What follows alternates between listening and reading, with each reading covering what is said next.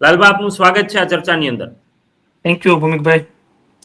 જે રીતે તમે મુદ્દો ઉપાડ્યો છે અને ભાવનગરની જનતાએ જે રીતે પ્રતિસાદ આપ્યો છે, એ મુદ્દો અત્યારે સોશિયલ મીડિયા પર ટ્રેન્ડિંગ છે કે વડાપ્રધાન નરેન્દ્ર મોદી એ ભાવનગરની મુલાકાતે આવવાના છે, એટલા માટે આ તાબડતોબ બધા કામો થઈ રહ્યા છે અને શહેરની આખી કહેવાય ને સુરત એ આખી બદલાઈ ગઈ છે.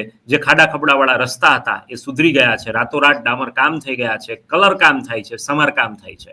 તો મારે એ સમજવું છે કે વડાપ્રધાન આવે તો જ કેમ કામ થાય, એના વગર કામ કેમ નથી થતા? ખાસ કરીને ભારતીય જનતા પાર્ટીના જે શાસકો રહ્યા મહાનગરપાલિકાના, એની અત્યારે વાત કરો તો અત્યારે વડાપ્રધાન આવવાના છે તો 1.5 કરોડનો રોડ વગર ટેન્ડરે આપી દેવામાં આવ્યો.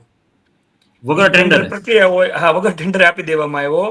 અને આરસીસી રોડ બનાવવાની અને એની સમય મર્યાદા હોય, એને સૂકવવા દેવાની કે એની પ્રોસેસ હોય, તો તાત્કાલિક ધોરણે ચાલુ પણ કરી દેવામાં આવ્યો.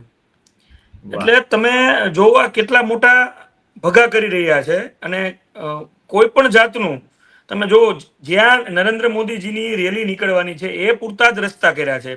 બાકીના ભાવનગરનું શું? બાકીના ભાવનગરને સાથે કેમ ઓરમાયું વર્તન?